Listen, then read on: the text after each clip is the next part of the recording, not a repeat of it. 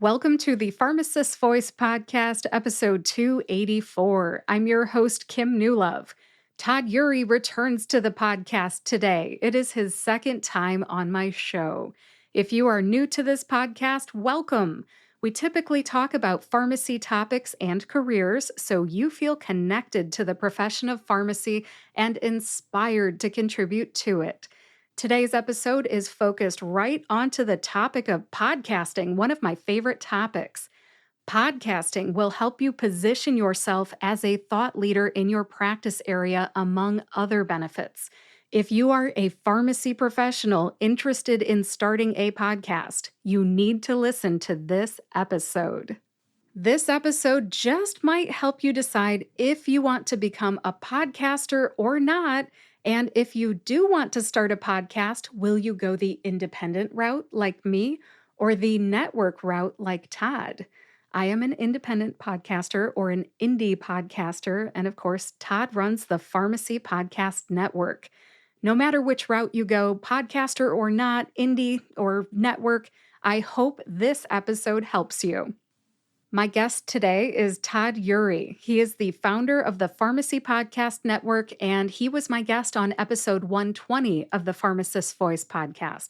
That was published way back in October of 2021, and at that time, I was running a series about pharmacy podcasts. In that episode, we discussed why pharmacists should have a podcast.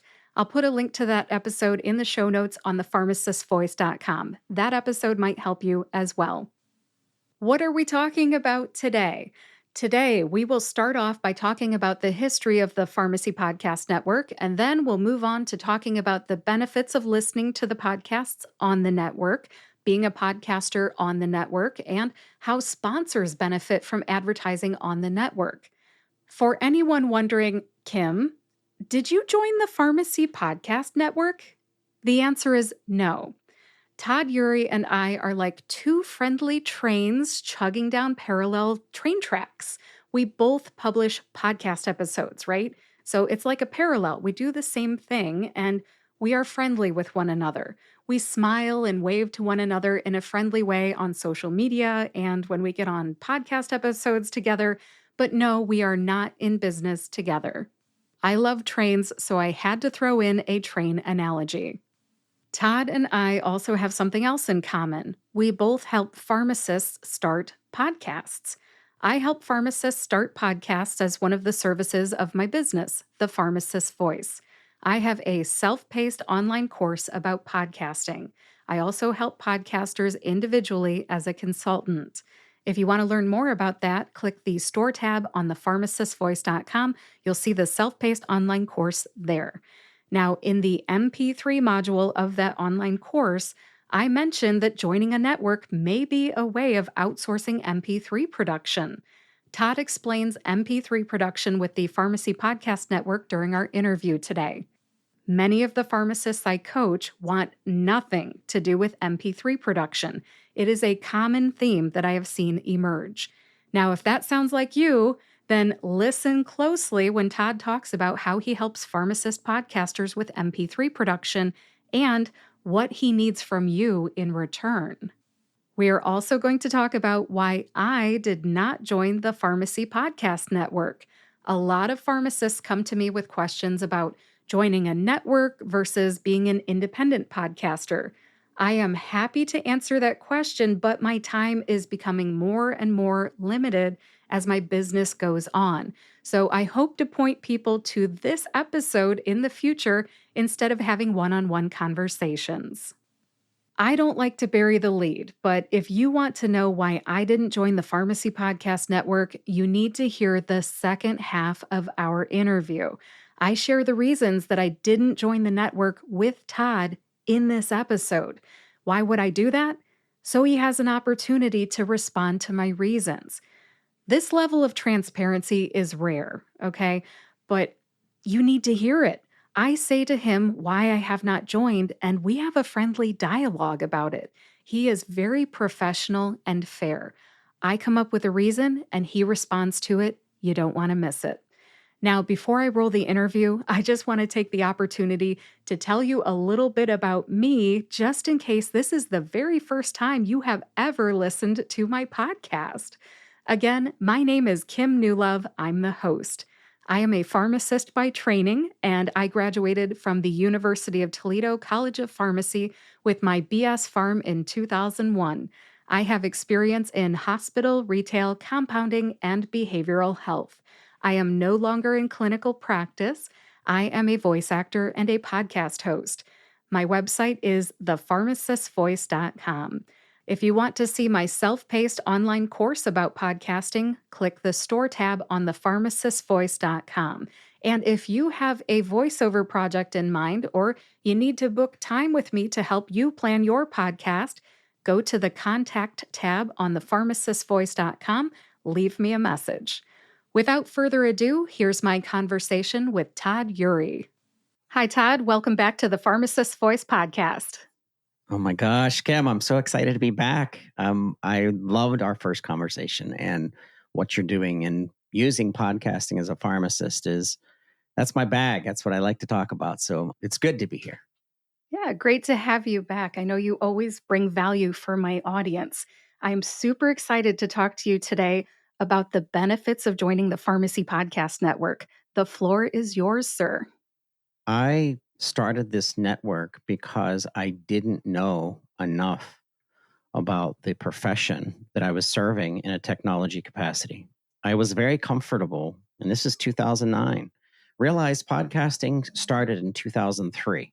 So as a medium or a media source regarding video, newspaper, magazine, yes, newspapers still exist out there, online, webinar. I mean, there's so many we could go down through. Podcasting is really only, if you looked at this in dog years or something like that, we're kind of at the teenage stage of podcasting. So there's so much to do still. So it's 2009. I had been in pharmacy for 5 years. Long-term care pharmacy was all I was doing in a technology space, talking to a lot of organizations that would develop APIs for the pharmacy system I was representing, which is SoftWriters out of Pittsburgh. And they're actually a member of the Pharmacy Podcast Network now. So things have come full circle.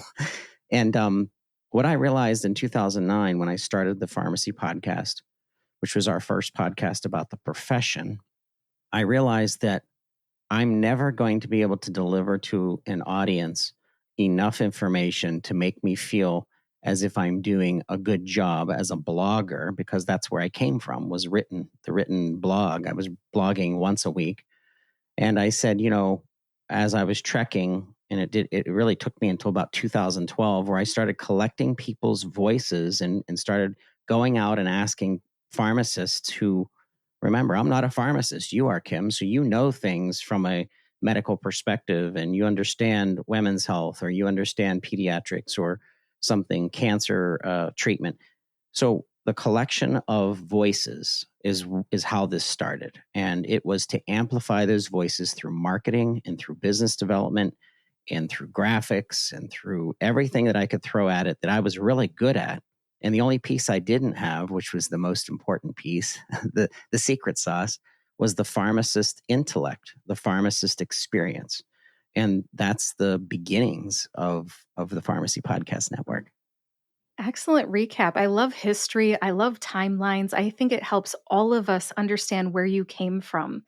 And when you talk about the point that you just stopped at, you brought in pharmacists to develop content. When you started bringing in the pharmacists, what year was that? 2012. 2012. Here we are in 2024. I love to timestamp things because evergreen content is awesome, because people might listen to this 3 years from now and wonder, well, hold on. Now, what year was that? 2024, folks. So 12 years later, and you have been publishing content featuring pharmacists as podcasters. Now, there is a benefit to the audience for pharmacists to be the podcasters. There's benefits to the podcaster. I'd like to talk about both of them. Let's start with the benefits to the audience. How does the audience benefit from pharmacist podcasters being on the Pharmacy Podcast Network? Kim, that's a great question. So if you subscribe, if you go to Apple, Spotify, Spreaker, any of the directories, I think there's more than 40 major directories now, and they're of course expanding. Then there's the host and the directory. That's a combination of something like a Podbean and their directory. Whereas Apple is just a directory. It's not a host platform. It's pushing content out. But Apple still to this day is 80% of our listener base is still accessing Pharmacy Podcast Network's content through Apple. The advantage is, as a pharmacist, as a physician, because we're now building a whole physician database of listeners, you can go to one place, one RSS feed, and listen to over 50 different podcasts month after month after month that bring you content about that theme. So based on the description of the title within the description, and based on show notes, someone could quickly assess, am I interested in today's episode? Because right now we're publishing between 6 and 7 days a week. So if you looked at today's episode that was published, actually it was yesterday's episode, the title is AGS Beers Criteria Discussion, the Long-Term Care Pharmacy Podcast. Dr. Ruggles and Dr. Scott go into a discussion about the Beers criteria. Now, once again, full disclosure, I love being transparent. I don't even understand what the Beers criteria is, right? But if I'm a pharmacist that's really interested in Beers criteria in aging, Beers criteria in adolescence, Beers criteria in pediatrics or in infancy, then I'm going to listen to that show because that's something interesting to me. However, if the Long-Term Care Pharmacy Podcast was a standalone podcast all by itself, I may not find that. Whereas our subscribers, over 60,000 listeners every single month coming to this RSS feed, they know that they're getting content that is being delivered by pharmacists. So it's almost like I want to form a trust with my listener base that if they're coming to the PPN, they're going to get a diverse amount of content mixed up by a lot of passionate pharmacists that are drilling down into very specific themes. Great answer. Very juicy answer. Lots of reasons there. You have a great variety. 50 or more podcasts on the Pharmacy Podcast Network as we record this in June of 2024. It's easy to access, meaning there are plenty of podcast players out there. I think you mentioned at least 40 that you know of. And you've got pharmacists leading the conversations. The Beers criteria is for safe drug choice in the elderly. So just so you know, not going to be a pediatric issue that I know of, not going to be an adolescent issue, just so you know. But yeah, I know what you're talking about. If somebody were into long-term care and they wanted, it perks their ears up to hear Beers criteria because they know that is part of their jam. Yep. Yeah, great reasons. Since you brought up all the podcast players, I'm going to kind of put you on the spot here for just a second. Sometimes when I look for these podcasts in the podcast player, I can't sort them out by the different hosts and whatnot. So I'm going to ask you, what's the best way for somebody to really hone in on one specific podcast, for example, the long-term care podcast, and find just those podcasts? That's a great question. So we publish 2 RSS feeds for podcasts who have made it through a process to assure that the individual who is the chosen host, or individuals, might be a couple hosts. And that's actually what we're encouraging now. And I'll tell you about that story in just a second. Podcasting is not easy. And there are a lot of people that have come to me over the years who have been extremely excited, ready to go, bought their Yeti Blue mic. I have one sitting on my desk. This is the original mic that I started using in 2010. I've still got mine in the closet too. Looks just like that. Exactly. And they are so into it. But then all of a sudden, 2 months, 3 months, 5 months in, they realize, oh my goodness, this is taking up more time than I had realized. I have a family, I have a career. Maybe I'm trying to write a medical paper. Maybe something else is happening.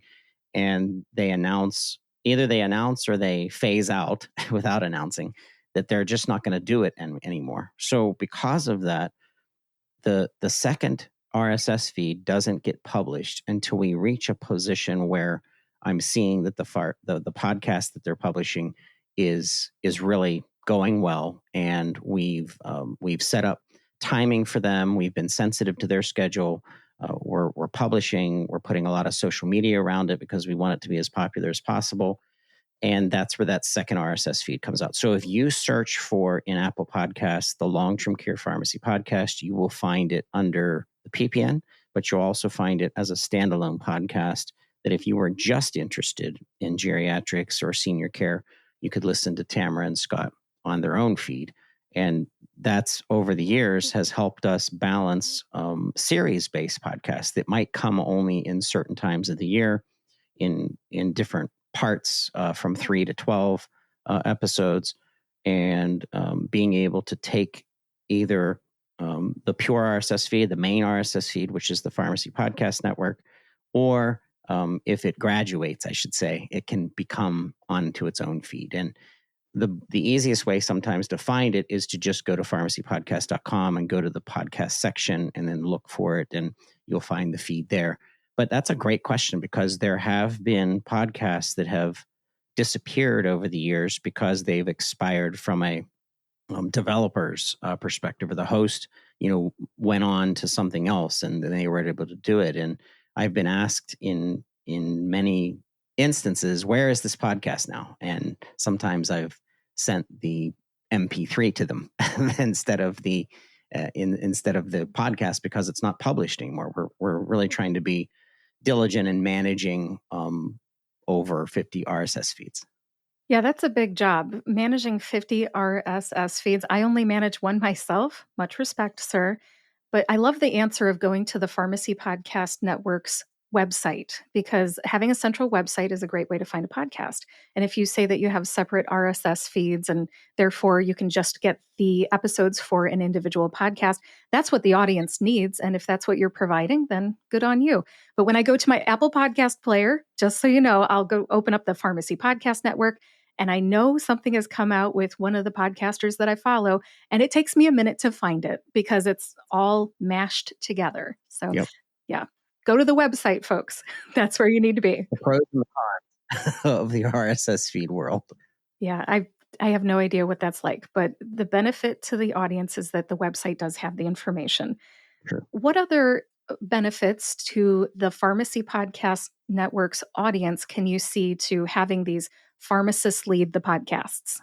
As much as I love podcasting, and as much as it's grown and it's changed, it's become more enhanced. Organizations like iHeartMedia are becoming major businesses that are driving content. To me, it's the network that is my favorite part. And that is watching our podcasters and our organizations that are on our network begin working together outside of the Pharmacy Podcast Network on things that have nothing to do with podcasting. And that brings so much joy to me. That is originally what I wanted, as someone who has always driven my career since 1996, when I started getting into business development and sales. But that's in my heart. Business development is always in there. So when I have a podcaster show up, when Dr. Banaz Sarami, who's one of the two hosts of Precision Health and PGX podcast, it's all about the future of customized medications and care and treatment, that Becky and Banaz put a ton of time in, and they're just amazing. They're doing other things that have brought them attention because of their podcast that, once again, doesn't touch us, which comes back to the power of the network.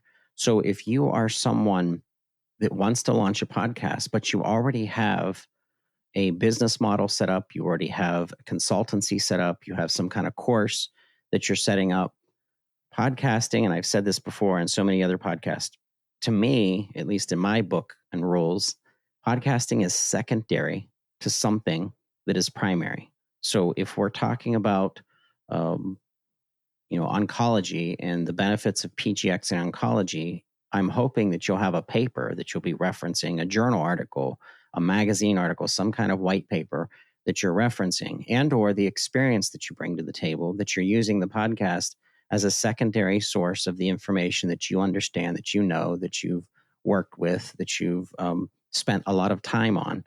And the network gives you the ability to network with other pharmacists who are also podcasters, but you may develop relationships around something that, once again, has nothing to do with a podcast, but you go off and you meet at a conference, or you work on something together, or you build a business together. And that's the true purpose of this network, is to expand the pharmacist as the leader in a specific topic, but then they get an opportunity to use this network to advertise and promote themselves. And even though we use podcasting first, we're now spilling over into social media. We're spilling over into blogging, because we went the opposite direction from podcasting to blogging. And now we're showing up at conferences, and we're making assignments for our hosts to show up at a conference without us having to be there, without me having to be there, so that they can use that platform as a way of getting their messaging out and branding themselves and becoming an expert in some niche. And that's the secret sauce for me. That's my favorite part of this business, is the network itself. Thank you. I think you talked a little bit about benefits for the audience and also benefits for the pharmacist podcasters. Let's go back to the benefits to the audience for just a second. I think that the audience benefits by having these subject matter experts that you've identified and put in front of us as podcast hosts. They're on the Pharmacy Podcast Network. So we're seeing these leaders, basically. You have identified leaders, and they talk about current topics that pharmacists want to hear about. And a lot of times, people that listen to the Pharmacy Podcast Network are pharmacists, and they bring great content to every episode. Those are the benefits. You get to meet leaders, you get to hear about current topics, and every episode is something that pharmacists want to hear. It's true. Exactly. You made it. You bring it in an organizational fashion, Kim, that I love. Thanks. Well, hey, that's what we're talking about today. The benefits of joining the Pharmacy Podcast Network, benefits of being a listener of the Pharmacy Podcast Network. So thank you very much. I appreciate the pat on the back. But this is all to help my audience to understand who you are, the benefits of being a listener, benefits of being a podcaster. Since you already started a great list of benefits for podcasters of joining the Pharmacy Podcast Network, let's keep on that topic there. You talked about collaborating outside of the Pharmacy Podcast Network. So you get to make new friends. That's great, always. And you talked about creating content that's in audio, but also the circle of life, Todd. It seems like, you went from blog to podcast, and then you're going from podcast to blog. So I don't know. It's just kind of like expanding opportunities for pharmacists who originally came into the network to be podcasters. I think that's added value for the podcaster, but also the audience maybe can transfer from listener to reader. Would you like to talk about other benefits to the podcasters who join the Pharmacy Podcast Network? Absolutely. So first of all, the written form of content is still the leading form of content, which is interesting to me. It's not video. It's not. People love to read, and they still. I think as humans, we take in what we're reading differently than we take in something we're just listening to. But if you have a combination of listening and reading, I think that's very powerful. So we have partnered about 2.5 years ago with a online magazine called Medica Life. And Medica Life is a collaboration of Fin Partners, which is one of the largest public relation companies that's focused on health in the world. They have 17 offices throughout the world. And a bunch of healthcare providers who said, we need to create a Medium, because Medium is a wonderful blog platform, but we need to create a Medium-like environment that is just for HCPs, just for our healthcare providers. And so part of what Pharmacy Podcast Network does, and a shout out to Hussein, known as Dr. H on the Sports Pharmacy Podcast, he is an amazing writer, and he writes for Medica Life, and that's another way of getting his message out. He mentions his podcast in that writing, so brings people back to listening to his different episodes and shows. So we're expanding into a written form to, once again, give the audience and give physicians, give collaborators, other pharmacists more information on a topic in the written form. And Medica has really helped us do that. And it's helped us position ourselves inside an environment where it's mostly physicians that are reading, and some administrators, and now pharmacists get to participate in that. And that's been my mission since the beginning, is to amplify the voices of our pharmacists. You're definitely extending past audio to amplify those voices. I see what you're doing, and I think for anybody who's more interested in reading, you definitely have their number. You're giving them what they want. True. And also the businesses. So, in 2019, Kim, I went full time with this publication. It was very scary for me. I had, up to that point, for the first 10 years of the PPN, I was working a full time job.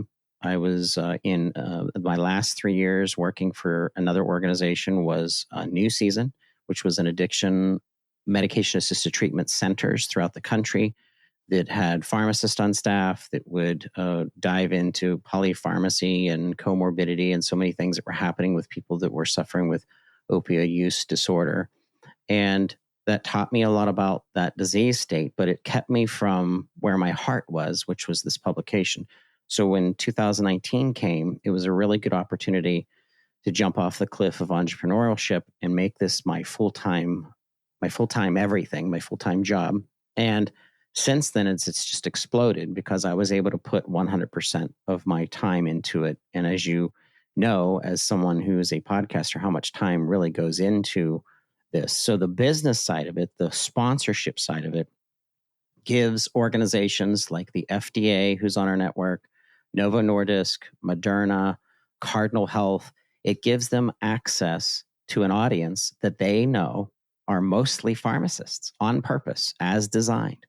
And just as important it is to get the voices out of our pharmacists, it's also just as important to get information to pharmacists that the listeners can say, I know that this is a trusted source, and I know it's non-biased, regardless of Todd Eury's personal opinion or even political opinions.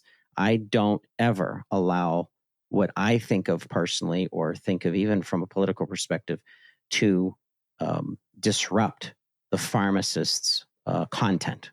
And I never want that to happen. So if someone brings me something that I'm thinking is controversial and it's made a lot of news on the news, I want a pharmacist to have a platform based on information that they're bringing, and hopefully they're bringing me evidence-based information. Regardless, there's always the show note to back us up with links. But that really leads us to opportunities for businesses that are listening as well to say, I want access to pharmacists, and I also want to start working with pharmacists that we're listening to on this network. And guess what?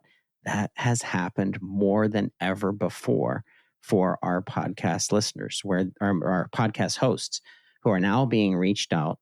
Adam Robinson, Dr. Robinson, is a Kentucky-based community pharmacy owner, and he now has a brand new opportunity with one of our sponsors that, once again, isn't necessarily part of the Pharmacy Podcast Network, but it's definitely part of the benefit of being a host and reaching and connecting with businesses who want to dig more into that individual's expertise and then use it as a form of marketing, communications, and business development. So that's the exciting part for me, as to how we're seeing this network grow, and it's growing outside of podcasting alone. It sounds like some of the benefits to the pharmacist podcasters could be additional sponsorships for them or their podcast. You mentioned right now an example, and I know an example that of a person that you mentioned just a few minutes ago from the Sports Pharmacy podcast, Dr. Hussam Hamouche. He actually just got an endorsement from Fagron Genomics. And when he was on my show not too long ago, he was talking about how it was because of his podcast. So things can happen because of your podcast. And I think that things happened sooner for him as a podcaster on your network than they may have happened as an independent podcaster because of your network. So I just wanted to say congratulations to your podcasters. That is a huge benefit to them if they have aspirations beyond just getting their message out. That's true. And if you look at the chartings for podcasting, we have to step outside our little environments, our environments within environments. So we are the pharmacy profession inside the healthcare industry. And as you know, as a pharmacist, Sometimes the voices of our pharmacists in decisions and formulary creation and administrative decisions either get pushed to the wayside or put in the corner. And that is the exact opposite of what's happening at the PPN. We are putting pharmacists front and forward. And when we start looking at outside organizations that are measuring effectiveness of podcasting, just from a pure listener perspective, we're showing up in the top 100 podcasts in business for the United States every month. Today, I'm 53rd most listened to podcast in the United States. Todd, congratulations. What's your source on that? So that's Chartable. So chartable.com is a source of information that you can rank, and you can see how podcasts are doing. And we jump as high as 18, and we've been as low as 236 or something like that, because it just goes up and down depending on what's happening in the network. But nonetheless, what this shows me is it shows me that pharmacists have something to say. It's extremely important.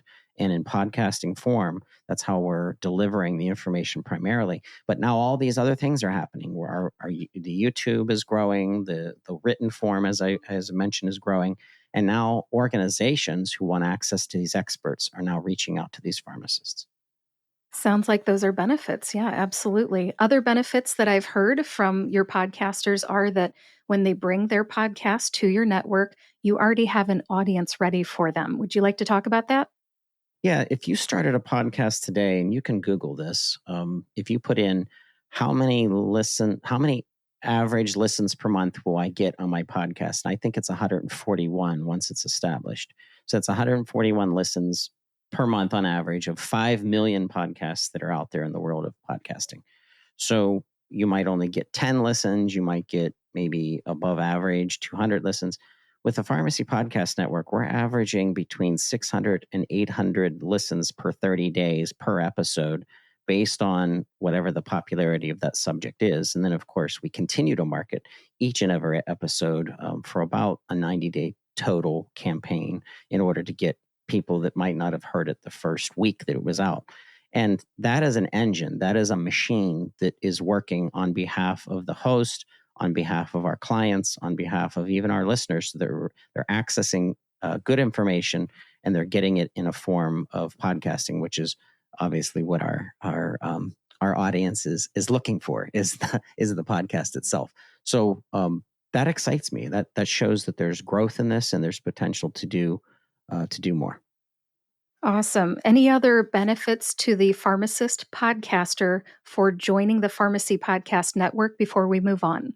So the conferences, I think that our conference presence is growing. We're showing up at more conferences than ever, and it's because our podcasters are saying, hey, I'm a pediatrician podcast. Shout out to Jenna Quinn. I want to show up at a conference that isn't necessarily about pharmacy. It's not the APHA, it's not the NCPA, it's not even one of the state shows. Maybe it's something that's a pediatric focused conference. Why aren't you implanting Perfecting Peds, which is Jenna's business, in her podcast, the Pediatric Pharmacist Review, in a booth, in a sponsor, and be able to get enough revenue to cover your costs, and maybe some revenue above and beyond that for the content that you're generating. And you're saying to those organizations, I already have an audience of 30, 60, thousands of listeners that are pharmacists that I'm going to get this content to. And it just accelerates the business opportunity in comparison to doing this all by yourself.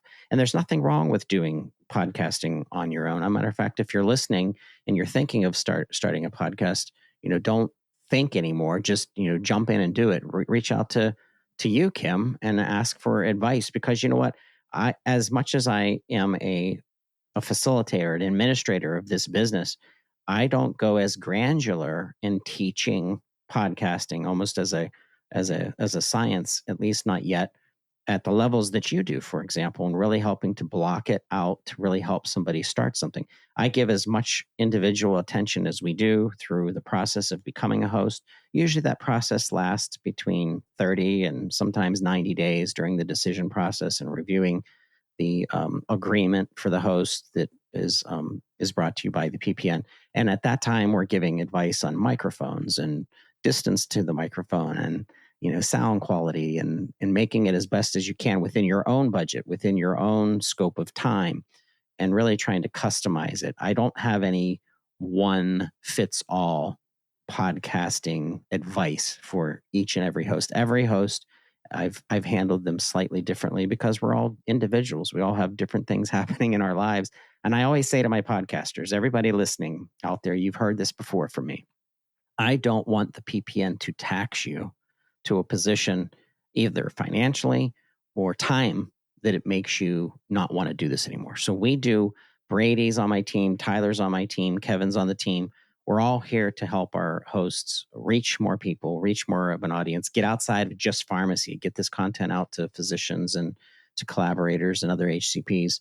And it's a business that continues to evolve. I haven't done anything the same in the 15 years that I've been doing this. It's always leveled up. It's always slightly modified and or changed.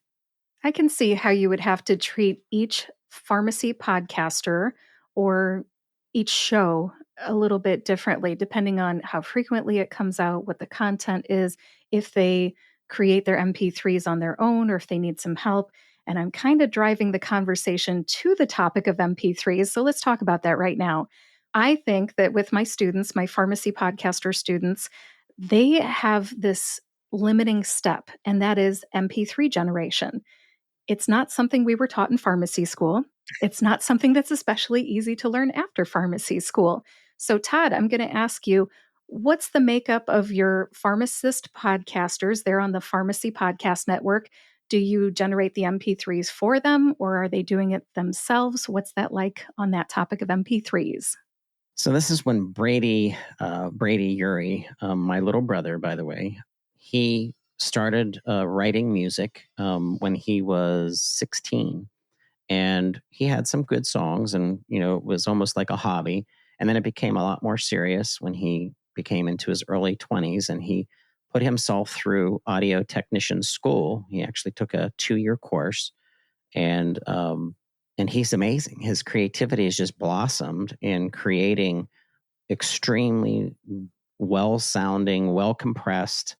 The purity of the MP3 is audio only versus the MP4 file, which is a compressing technology that's for video. And sometimes you can extract the audio from the MP4, and it's not as high quality, but Brady does some voodoo magic to it, and he really makes it sound good.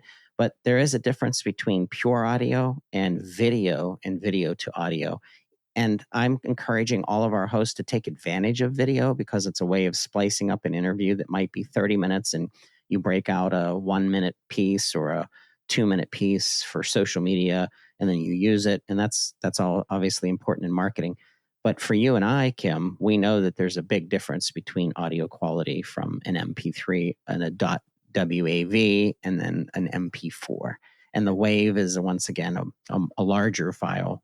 And it's also a quality of audio, but we try to make it as easy as possible. So we have a format that our hosts send us content through a Google environment, a Google Sheets, a Google Forms, and dumping all of their content. And then we really take care of it. So they don't even have to think about the world of MP4 and MP3. Todd, I just want to make sure I'm clear on this point because this is the number one reason I wanted to book this interview, because I want to send my students who would like to join the Pharmacy Podcast Network your way if they want to skip the whole MP3 production process. So what you're saying is you do help pharmacy podcasters with their MP3s if that is something that they need, right? That's true. That is. We encourage them, letting them know that there's costs to everything. So there's obviously a cost for us to be doing all of this work. I don't charge my hosts. This is I've been told by many people that have talked with me, why aren't you charging your hosts? And I say, because I want them to know that I'm making an investment in them. I'm making an investment in their podcast. And I fully expect, as my nickname, the Rx Podfather, that they're going to be as loyal to me as I am to them and to their mission and to their bigger picture, not just their podcast. When I'm posting something on LinkedIn about them, or if I'm talking about them on Instagram, or I'm putting information out them, I'm a marketer. I'm a public relations guy. I'm a I'm someone that's gone to school for different things that are tied back to communications and business administration. I am not a pharmacist. I am not a clinician. So I'm really good at what I do. And I expect that my hosts will say, listen, this is a long haul, because eventually I expect that we'll make sponsorship money through each and every one of our podcasts. By the way, some of our long-standing podcasts have never made a penny for us from a monetary perspective. But the value that they've brought us, through friendship and through their participation and through constantly talking about the network when they're out at conferences, or, I mean, that is so that I feel like that is worth to me more than the actual money, even though we need the money to keep going. And I always tell them, if you invest in us as a network and we will invest in you as a new podcaster, we're going to be able to come out with some money that they can share in, because we share revenues with our hosts. But once again, sometimes it doesn't come to that, nor does it have to come to that. This is a network that is built around trust, and it's built around cultivating a network of professionals, and we see that it doesn't always work. There have been hosts that have come and have gone that might have gone to a different podcasting publication, and that's fine. And some of them have come back, and that's fine too. You know, it's an open door. I'm not going to shut the door on anyone for really almost any reason. I think we're humans and we all make mistakes. I make mistakes. I've made mistakes with hosts and with our relationships over the years, and it's not a perfect science. But what it is it's a constant commitment to the host and to the listeners that we're going to develop content that we believe in, because we believe in the individual host, and we believe in pharmacy. We believe in what pharmacy is doing. And Kim, oh my goodness, pharmacy is transforming right now. It's on a hot track of transformation, and PPN wants to be there to help amplify the voices that are really making changes to pharmacy care. Todd, thank you for that answer. I will get to that change in just a little bit. We're going to probably leave with that open-ended question about what's the future of content development by healthcare professionals. So we'll get to that in just a second. I love this conversation because I think pharmacist podcasters who are interested in podcasting and possibly joining the Pharmacy Podcast Network have gotten a lot of their questions answered today. One of the things that I heard you saying is that there's an open door. You can come or go. Yep. One of the things that people ask me about are, what are the downsides of joining the Pharmacy Podcast Network? Kim, why have you not joined the Pharmacy Podcast Network? And I just want to come out live with Todd here in the room, so to speak, in the podcasting room here. As we're talking about this, I want to just kind of air that out. For me, I didn't feel like there was enough in it for me and my audience to join the Pharmacy Podcast Network. Todd and I had a conversation probably 4 years ago or so.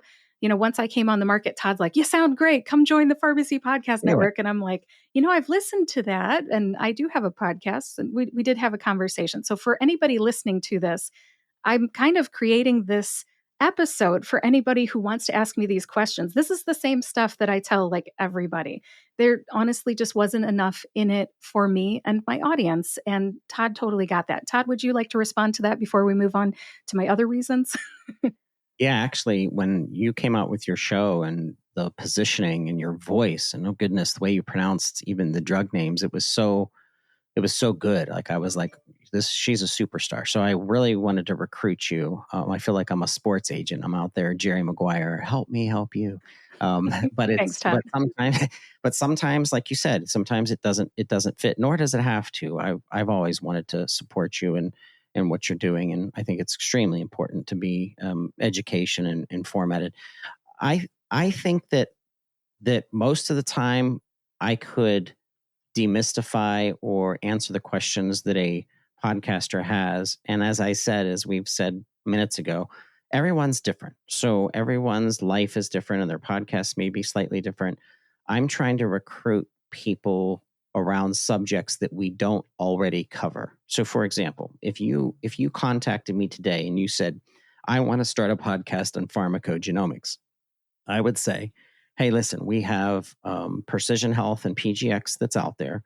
Dr. Winslow and Dr. Sarami are already our hosts. You are more than welcome to join that podcast and become a creator of content in the same theme, unless you've brought something completely different that doesn't fit that. So I'm really trying to create themes that we don't have. Right now, we don't have a lot of content around hospital system. That is a future target for us. We actually have 3 candidates that we're going through interviews, and those interviews can last for a month or sometimes a year, depending on what's going on in their lives, and create content that you can hear and you can pick up and you can share through the network. And then once again, creating a network that then creates opportunities outside of podcasting. Okay, thanks for sharing that. One of the things that I was concerned about when you and I had our initial conversation was that you suggested that I interview certain people.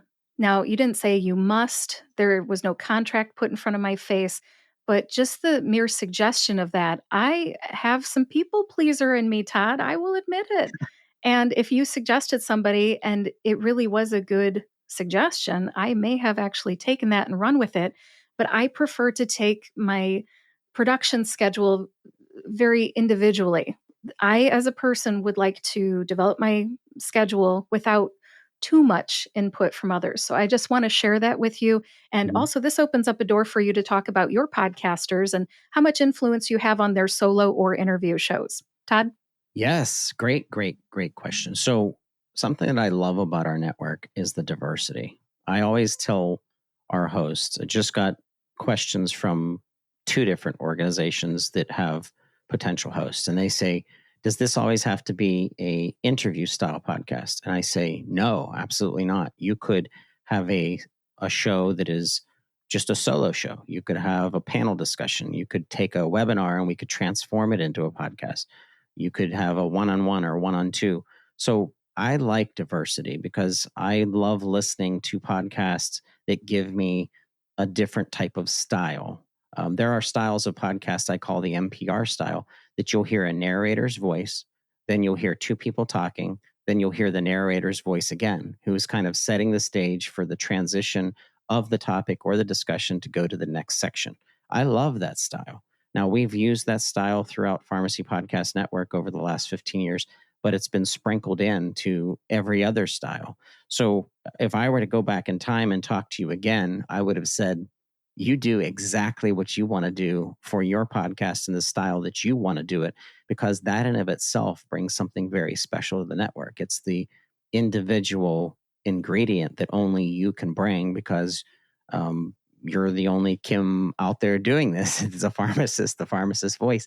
And I say that to everybody that's interested in potentially joining the Pharmacy Podcast Network, is this is an individual opportunity. And this is also a public form of information that's being published month after month, or however, whatever the variance is. And you have to be proud of it, and you have to put your own stamp on it. And it's very personal. Podcasting is extremely personal. Our voice inflection brings information to a listener that writing doesn't. And you sometimes you don't pick up a voice inflection or excitement or someone being depressed or sad in a written form that you would definitely pick it up in a podcast. Yes, and it sometimes does take a podcaster a little while to find their voice. I know at first I had to practically script stuff out because I didn't know if I would remember in the moment when I hit record what I was supposed to say. So since then, I've kind of gone to more like a bulleted outline, or I think about what I'm going to say ahead of time. I make kind of a, a robust outline that is Mhm. kind of what I'm going to say, but not every single word.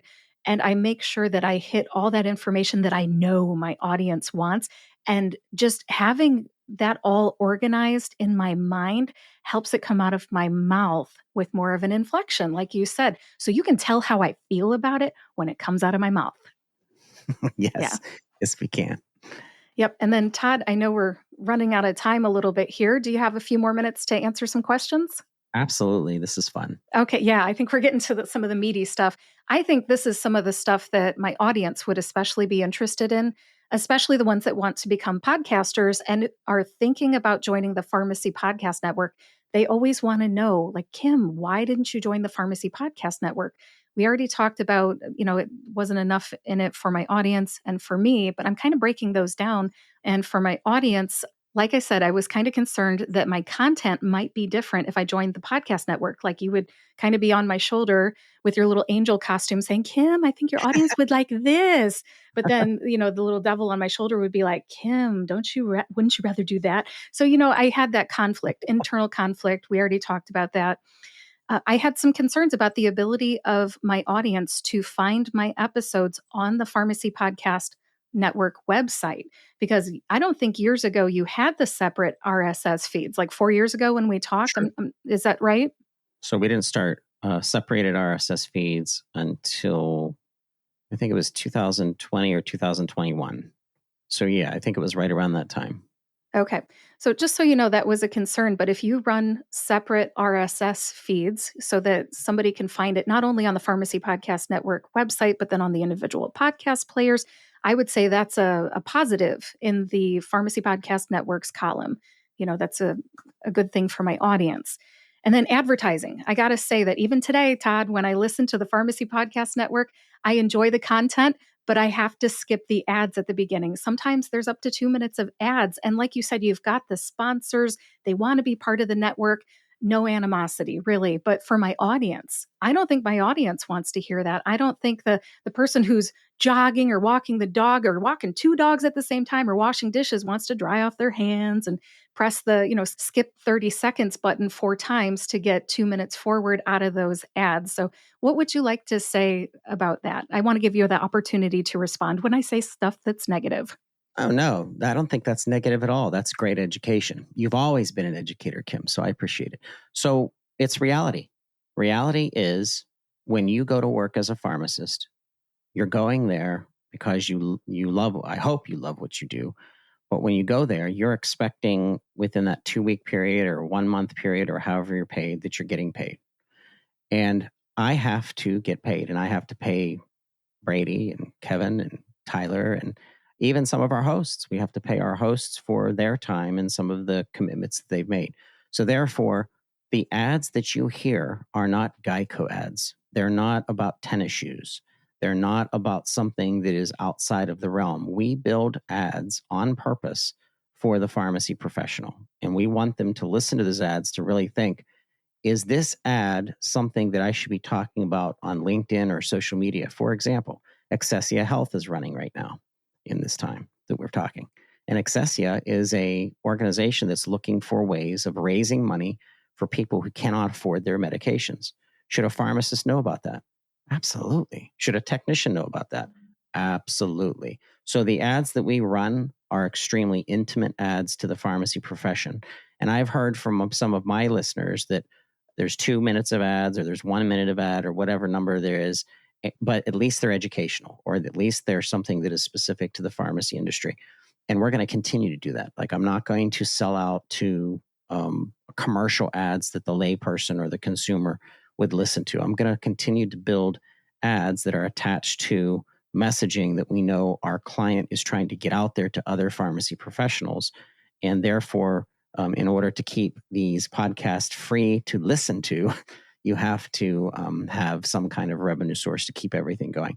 And then we're actually going to be expanding some dynamic ad insertions through Podbean's system that are going to be specific to subject, and that's actually going to become much more clear and focused around the theme. So if you're listening to a long-term care pharmacy podcast, we're going to be going after maybe a pain relief topical or something like that, that you as a consultant pharmacist might say, wow, I've never thought about leveraging this product in my consultancy with my patients or my the people that I'm caring for. So it's the world of ads, and I've actually heard other podcasters in pharmacy actually mention in their own output of information that we don't have any ads, or we don't have ads in the same way that the Pharmacy Podcast Network. Number one, that's a compliment, because at least we're getting talked about by other podcasters outside the network. But number two, it's reality. And the reality is we have to have ads to support these publications. And therefore, we're hoping that they're as informative as possible and even educational as possible. I totally understand your rationale, and I respect that you're a businessman. Really. It's one of the reasons I chose not to join the network. I I want to be able to choose my ads. I want to benefit directly from any ads that I do run on my podcast, any sponsorships, any relationships, any products that appear on my podcast. So I think that I like autonomy, Todd. I like autonomy. But I do understand where you're coming from. I just want my audience to hear this because again, these are the questions that people ask. Like, why did you not join the Pharmacy Podcast Network? This is just one of the reasons. Ads. In today's age, because of how much has changed, if a existing podcast that is out there, there's 6 of them that are cycled targets of mine that I keep pinging them every once in a while, and they're, of course, they're friends now. But and you would be one that I would come back to and say things are different now. So if you with the listeners that you've generated and the reputation that you generated, if you said to me, "Here's the ads I want played. Here's the ads I don't want played. Here's the projects I want involved in," I think with maturity and with an organization and a publication and people like yourself, Kim, that were much more mature in podcasting, we could construct an entire different agreement than someone who is a brand new, fresh starter that really doesn't get the longevity and the time that it takes to grow a meaningful publication through podcasting.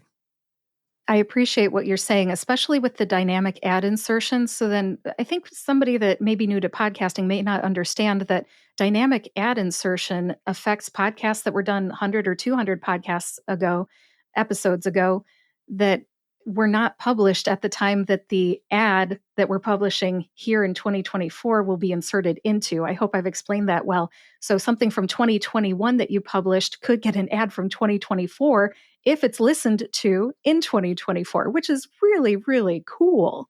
Yep, that's true. So dynamic versus baked, we have both. So we will, someone like you that if Kim, if you're like, hey, Pharmacist Voice, we want to join the network, we would be more like baking ads into your podcast, which means they're much more controlled. And that means that it becomes part of the pure MP3 versus a dynamic ad insertion. And then we would, in your case, probably turn off dynamic ad insertion if, in fact, there was already a sponsoring organization or some organization that was giving money to both of our podcasts through such an agreement. But yes, I completely see the concern. And for people that are listening that are considering starting a podcast and you want a bump in your podcast listeners right from the get-go, as well as an opportunity to make some money, give me a call. reach out and let me know, and we'll set a call up and go through the pros and cons. That's an excellent statement. That's exactly what you and I did 4 years ago. And I would encourage anybody who's interested in joining the Pharmacy Podcast Network to get on a personal call with Todd face to face there in Zoom land and have that conversation, because he really does want to help you amplify your message. But he's also a businessman. So you got to talk about all the different angles, a lot of stuff that we've covered today. Now, as for me personally, I didn't really feel like what was in it for me was great enough to join the Pharmacy Podcast Network when we had this conversation 4 years ago. I didn't feel like there was any added value for me to join a network over keeping an independent show. And even after this conversation, Todd, I got to say that I feel like I want to keep my show independent, but I am keeping an eye on what you're doing, because if ever at some point it makes sense for me, I'll join your network. Yeah, and I think there's the series world. So the series is a grouping of selected podcasts under a theme that you specifically, Kim, because you're amazing, you could do a series. Thanks, Todd. That's brought to you by the Pharmacist Voice in collaboration with the Pharmacy Podcast Network. So there's how you join the network without it being the old model, whereas you were developing 100% of your content and publishing 100% of your content through the Pharmacy Podcast Network. If you thought, hey, I'm a podcaster and I want to be on my own, but I want to take advantage of the exposure and the reach, so let's do a special series together, that's also an opportunity. Well, thank you. I appreciate the invitation. And something that I'll invite you to do with me is, if you know somebody who wants to start their own podcast, but you don't have time to train them up or coach them, send them my way. And if their intention is to join the Pharmacy Podcast Network, I can make it possible so that the parts of my online course or personal coaching that they need to hear are directed towards the path to the Pharmacy Podcast Network. How's that? Sounds like we need to build an ad roll for the pharmacist voice benefits and run it on the Pharmacy Podcast Network. Maybe. I think that sounds kind of smart, where I would have some sort of an ad for my my pharmacist podcaster coaching and online That's course. great. That's so true, Todd, and thank you for the opportunity and the idea. I appreciate that. Yeah. And I do talk about you in my online course because I talk about the MP3 production thing. I say you can do it yourself. You can hire an editor. You can go with a concierge service. Or you can talk to Todd over at the Pharmacy Podcast Network. I said, I don't know anything about what they do over there, but joining a network, whether it's yours or another one, is another way to get an MP3 file produced so you can be a podcaster. And I also mentioned that you can go to video podcasting, which I believe you've already mentioned as well. Absolutely. All right. Now I'm going to go back to some of the reasons that I didn't join the network here. There was no guarantee that I would get additional listeners. I know you've got a ready-made audience, but I mean, nobody can guarantee that, right, Todd? We've actually began sending proposals out to potential sponsors that guarantee a specific number of listeners over a specific number of time. And then the caveat is if we don't reach those listeners, we'll just create more content in order to reach whatever that listener guarantee is. So, in ways, I am guaranteeing listeners because we see through our metrics, which are extremely important to us, we see at least a base of all of those podcasts out there. We see a base of how many times someone is listening to each of the individual episodes, and therefore I can say to a potential sponsor or even a podcast host, you're going to receive a minimum of X number of listeners per month, and then it's up to you to help us grow that based on how much you're sharing it. And that was another thing. Like my contracts have evolved over the years, as you can imagine, because I remember back 10 years ago, we were building podcasts for people that weren't even advertising their own podcasts. So there's things that a podcaster has to realize that you are going to have to commit to help your podcast grow. But we're giving you a massive head start. What you just said goes back to what we were talking about earlier about how there's a ready-made audience for your podcasters when they come to the Pharmacy Podcast Network. I am a data person. I do not know your numbers, but I trust you. So if you're saying that you have basically the data that supports that among your 50 shows, this is generally what happens, and you put it in writing because you have sponsors that need to see those numbers so they understand what they're getting for their money. So I understand where you're coming from. I know I don't have your data, but I'm going to trust you, Todd. You've been in business for a long time. That's right. And I'm very transparent. So listen to this. If you go to pharmacypodcastnetwork.podbean.com, once again, that's pharmacypodcastnetwork.podbean, which is our host, .com. It publicly releases every single episode as well as how many times it's been listened to and downloaded. So my metrics are literally published for the entire listening audience to listen to see how it's trending. As an example, one of our sponsored shows that came from Novo Nordisk, which is the second time that they've sponsored us in a series on obesity, has exploded. Usually we get around 500 to 800 listeners per 30 days per episode. This one received over 1,200, and it was published on May 21st. And today we're recording this June 5th. So we haven't even hit the 30-day mark, and it's way above average. Now, that's because the topic of obesity is really relevant right now. And and we know pharmacists are interested. We know physicians are interested. But I can make guarantees based on how many podcasts we put out, as well as how we're marketing them, as well as what our basic metrics are. Thank you. I appreciate the data. Data is so important. Pharmacists love data. You know your people, Todd. That's a great comment to make. You brought in some numbers. I know what you mean about the topic. I have a few podcast episodes that outperform others. And I know what you mean by some will have that average that you were talking about, that lower number, and some will have just 10,000 more than that. It's crazy. I did an episode on semaglutide, and I do not know who's listening to this, but like I know all over the world, at least 60 countries at least are listening to this drug name pronunciation episode. The YouTube videos, I was going to look it up real quick, but I'm not quick enough. It's got over 5,500 views on this YouTube Wow. video, and it came out like Incredible. 2 years ago or something. Yeah, and I've got maybe 2,200 listens on the podcast players, maybe more than that by now. But that is crazy. That's almost, that's about 8,000 listens somewhere. And some of my other ones are not so much. Exactly. Interesting. Yeah. But, anyways, I like that you are talking about how you benefit your pharmacist podcasters by possibly bringing additional listeners compared to an independent podcast, which I have.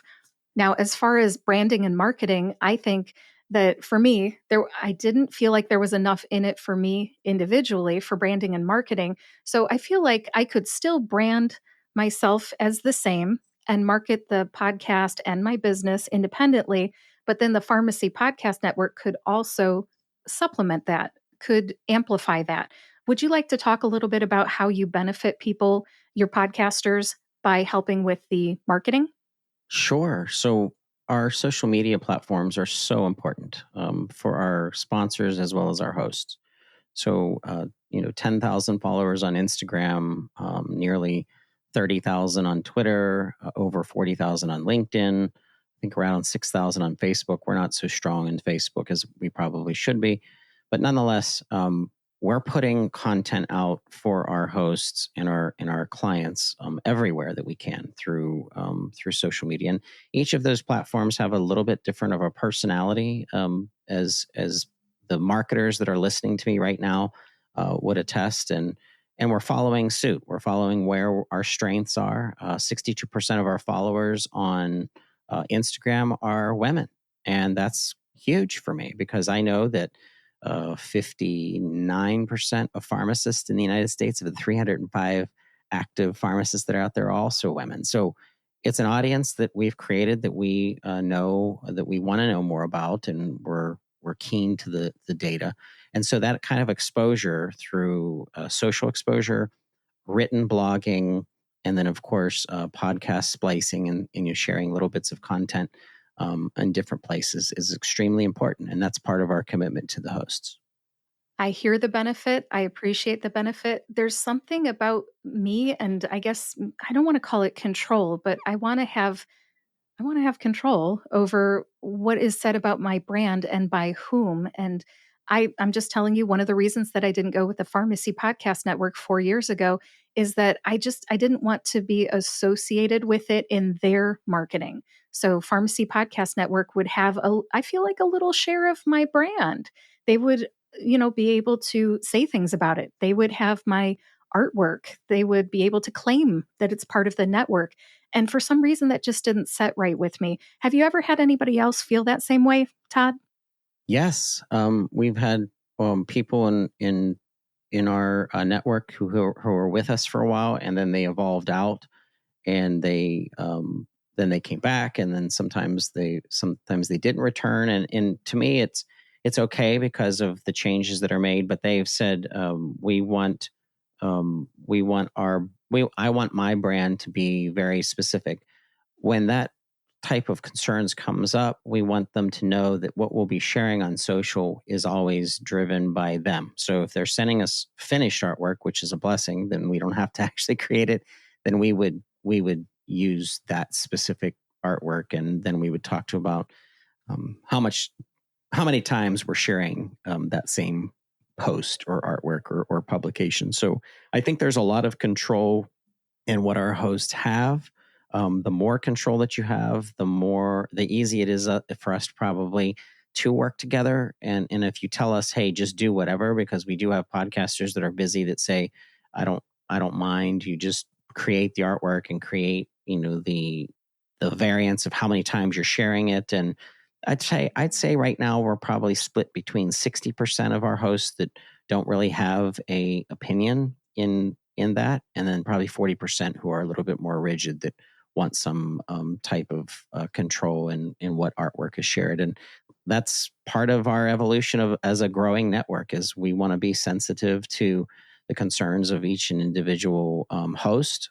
We're getting ready to partner with a large pharmacy technician organization that wants to have individual voices from our pharmacy technicians. And I'm going to tell them the same thing. I'm going to say, if the guidance that you give us is more guidance or less guidance, it's going to come out in the form of either us doing it without much guidance, or it's going to come out in the form of something that you have already pre-approved. Todd, it sounds like what we're talking about is sharing expectations and coming to agreements. Would you agree with that? Yes, very much. And then continuing it. Like once you, even with our agreements last for 12 months. If along the way something changed, we've had hosts come back to us in the middle of an agreement and say, can we change this? And most of the time we change it, unless it's like really crazy and it just doesn't work from a financial perspective. And most of the time it's a financial issue that we wouldn't change if we needed some type of financial support from a sponsor or something like that. Especially if a sponsor is involved, that's where things become a lot more rigid, because then the sponsor is expecting something. Yeah, I bet there's probably some sort of like a legal contract or something like that involved when there is a sponsor involved as well. Is that right? That is true. Yep. We do have expectations from our clients. We want to over deliver. So we always commit to something that they're going to expect. And then our host needs to align with that. I love the over deliver comment. I think that's very you. I think you really care about what you do and you're very proud of it, and good for you making that your desire. Yeah, you're doing it right, Todd. Thank Appreciate you. that. Yeah, you're welcome. You're welcome. But on the topic of coming to agreements and perhaps having some sort of a legal structure, I am a little nervous to talk about this. But one of the reasons that I chose not to join the Pharmacy Podcast Network is that I didn't know what a podcast prenup was, and and I only learned about it through listening to the School of Podcasting, and if I had known about the podcast prenup, I may have jumped in, Todd. I might have jumped in. But I do tell people who ask me, why didn't you join the Pharmacy Podcast Network? Or, what words of wisdom do you have for me? I always bring up the podcast prenup. Todd, have you ever had somebody come to you with a podcast prenup? That's great. I love that term. All right. So the contract that I have, I call it a vanilla contract, and I expect the host to help me customize it and to flavor it the way that they want it to. So I think that in of itself is the prenup, is the agreement where they can feel that what we're agreeing to and what they're signing for a minimum of 12 months is going to make them feel safe. We're not after your brand. We're not after your image. We're not after anything. We're after content that we believe pharmacists want to listen to learn about something that is changing in healthcare, and that we can bring a professional to the table that understands that niche, and then it's just a rinse and repeat. So that it's as simple as that. It's I believe that we have to have agreements in place to keep us both, the host and the network, in check, and then have an opportunity to possibly make some money together. I think we just heard from Todd, the businessman. And I appreciate you, seriously, I appreciate you coming right out and saying that there is a contract. It's 12 months long and it's negotiable, basically. Like the pharmacist podcaster comes in with their ideas and what they want, and you have what you want. You're a businessman. And so that is a business contract. But my advice to pharmacist podcasters is to make sure that you come in knowing what you want, what your expectations are, and legally what you are agreeing to. Perhaps take Todd's contract to your attorney. Just make sure you know what you're getting yourself into. And I'm a big fan of poison and antidote. I've had a lot of poisoning prevention episodes on my podcast. I always like to know if something possibly goes wrong, what's the antidote? So if you join the Pharmacy Podcast Network and, like Todd said, you choose to leave through the open door, just know how to do it. Okay. I call it a podcast prenup. Todd calls it a contract, a 12-month contract. Just know what you're getting into. Find those mutual expectations, come to an agreement, make it legal, and make sure you feel really good about it. Todd, anything to add? No, and realize the investment that we're making in you. Like I said a little while ago, we're not charging our hosts. I could charge our hosts. We have every ability to show other podcast networks and other podcast services of how much they're charging. Some of these networks are charging $50 a month. Some of them are charging $500 a month, depending on what they're giving you. We are not charging our hosts. We're expecting that our host is going to stay in this long enough that we can recoup our investment in you by attracting a sponsor. Todd, thank you for sharing that. Can you talk a little bit about maybe when something has not met expectations? Perhaps somebody's signed a 12-month contract and they're expected to put in, let's say, one podcast episode per month and they don't meet expectations. I don't want people to think that something negative is going to happen to them. So can you probably, I would call this dispel a myth or a misconception about what happens if you do not come through on your end as the pharmacist podcaster? Sure. So sometimes if they're not able to produce and we do expect one episode per month, once every 30 days, that's the formula that I believe will help you grow your podcast in being consistent with your audience around the theme that you're driving. If you can't, sometimes we'll ask, would you mind us having a co-host or a temporary host come in and talk about that theme or subject? That sometimes has worked. Other times, I've taken the reins and kind of done the episode with a pharmacist who was tied into that theme to continue it to go. Sometimes we've had patches of time that they've, I guess we called taken a sabbatical of time away from their podcast and they've returned. So that once again, it's communication. It's realism. I know that lives go crazy and things can come off the rails, and I don't have a lawyer on staff that's ready to sue anybody. In my 15 years of doing this, I've never sued anyone.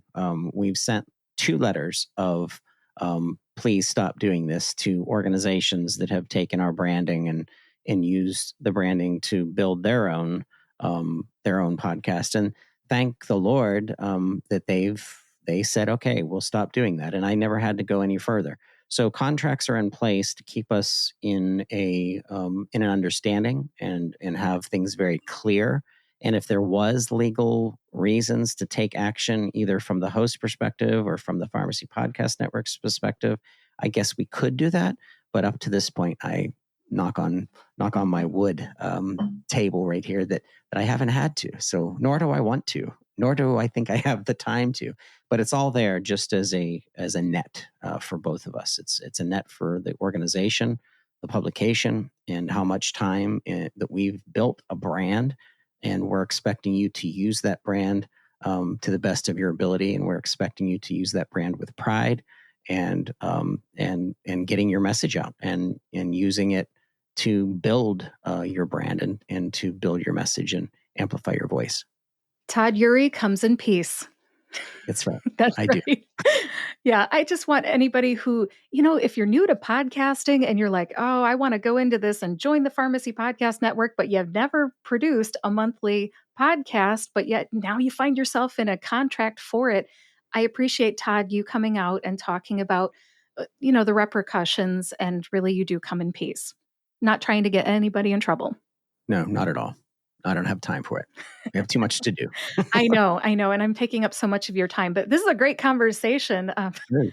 I appreciate that. One of the last reasons that I didn't join the Pharmacy Podcast Network, I will share with you now, and it has a little bit to do with the effort that the pharmacist puts in. So, as you know, Todd, I am a pharmacist podcaster. I published 280 episodes over almost 5 years of time. I'm very consistent, very good at what I do, audio production wise, and coming up with creative ideas for episodes. So when somebody comes in and says, hey, would you like to join my network? I appreciate the opportunity. Thank you so much, Todd, for the opportunity. But at the same time, I know that you are a business person and you need to make money in order to pay the bills and keep that awesome neon sign behind you buzzing. um, but there's just something personally that just doesn't feel right about me doing all this work and not really getting paid per se for it. me especially being in audio production professionally. So I'm being very vulnerable by sharing this, but I got to tell you, this is something that I have shared with other people that come to me thinking about joining the Pharmacy Podcast Network. There's something that doesn't feel right to me about you earning money off of me. How would you respond to that? Yeah, it's reality. And once again, it goes back to the contract. If you, as an individual, as a podcaster, feel that you're going to bring more to the table within that 12 months than the average host that takes a while to even get some traction in their podcast and really start building influence through your podcast, we can structure an agreement that would exactly tell you how much money we're bringing in and how much we're going to share with you or be willing to share with you. So it all comes back to that communication. If an individual podcaster is listening right now and you feel that your network and you feel that your positioning and you feel that your content is big enough and great enough to bring in sponsors, then by all means, I'm going to help you. I've been closing business for whatever 1996 is, a long time.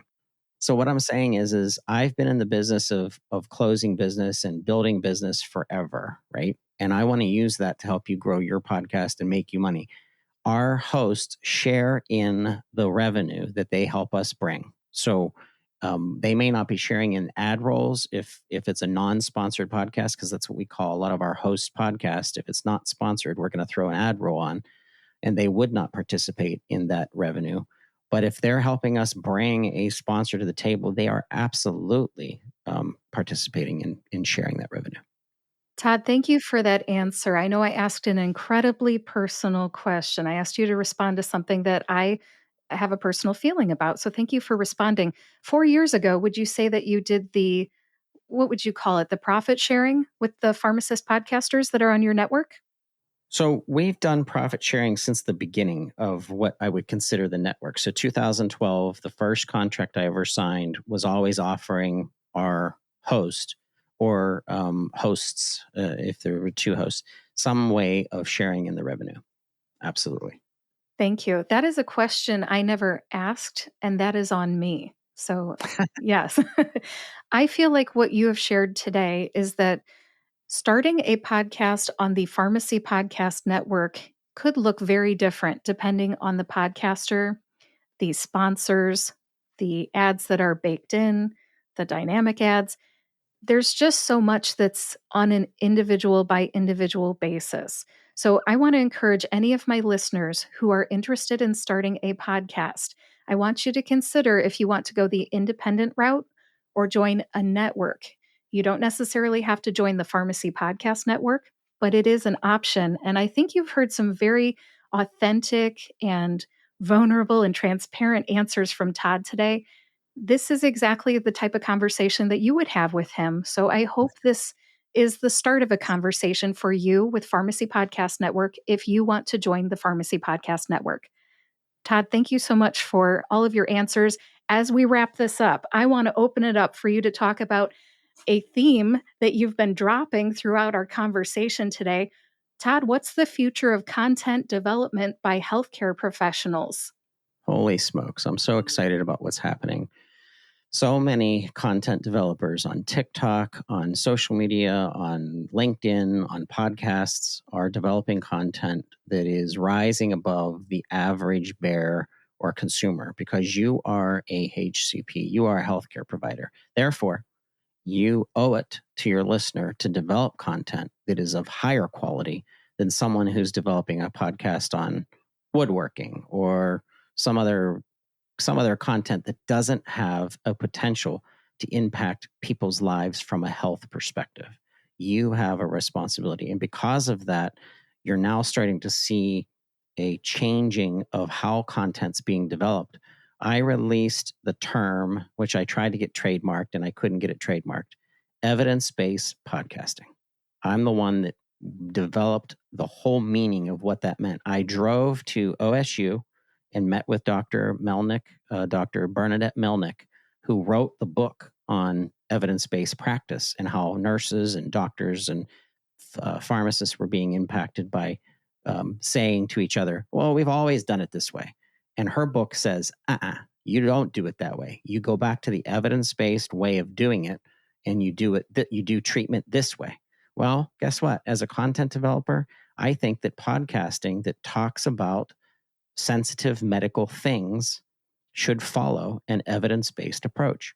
And so we have a podcasting division that goes super deep into the clinical that will deliver an evidence-based podcast. And the first one to ever do it was Eli Lilly's Trulicity series back in 2018.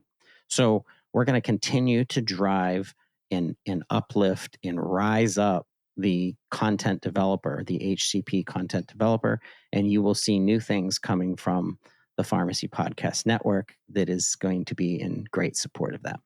Todd, I'm excited for you and your future. I know you've always kind of walked the line of focusing on pharmacy. When you say healthcare professionals, what kind of healthcare professionals do you expect to have content on the Pharmacy Podcast Network moving forward here in 2024?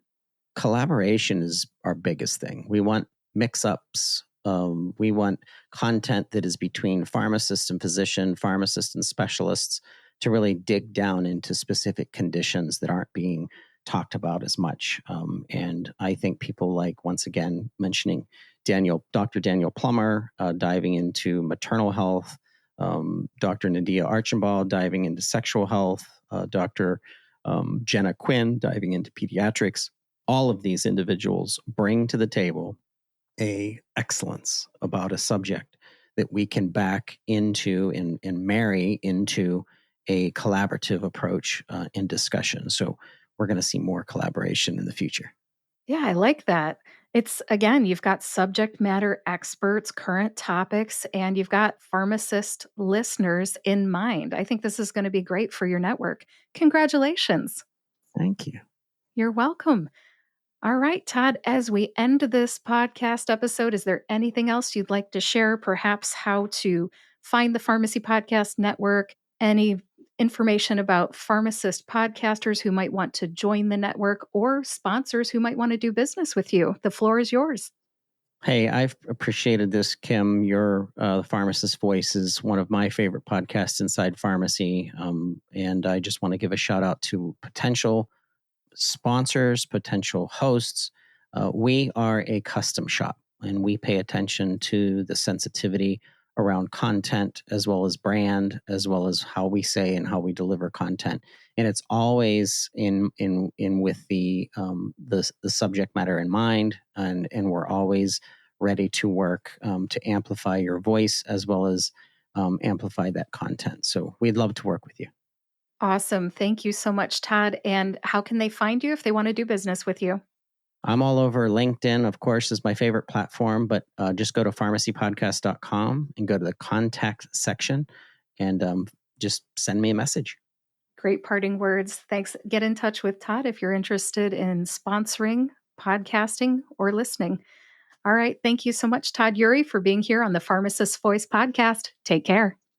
Thanks again to Todd Eury for being my guest today on episode 284 of the Pharmacist Voice podcast. I know this has been a very long episode, but I would still like to share some final comments with you before I wrap this episode up. First of all, Todd mentioned his Blue Yeti microphone that is on his desk. I saw it. Mine is somewhere in my recording studio too. That was my first mic, but it wasn't right for me. I'm not trying to talk you out of it. However, I want to recommend two microphones that you may want to consider instead. One is the Samson Q2U. The other is the Audio Technica 2100X. These are both XLR or USB microphones. I'll put a link to both in the show notes on thepharmacistvoice.com. Next up, I'd also like to just recap this whole episode just a little bit. We discussed the benefits of listening to the Pharmacy Podcast Network, being a podcaster on the network, and advertising on the network. Todd made some good points, and I especially appreciated him talking about MP3 production. That really was one of my top reasons for scheduling this interview. Thanks, Todd. Now, as far as reasons that I didn't join the network, I know they were kind of scattered throughout the last half of our conversation, but as a review, The benefit to both my audience and me wasn't enough for me to sign up at this time. So we talked about it 4 years ago. We talked about it today. I'm still not joining the network, but I will keep an open mind and I'll be keeping an eye on what Todd's doing over there at the Pharmacy Podcast Network. I hope this episode has helped you to understand how a network like the Pharmacy Podcast Network can help you with MP3 production and what they expect in return. As with any major decision, look at the pros and cons. Make a list. I am a pharmacist and I just love lists. Sometimes the benefits and the pitfalls are clearer on paper.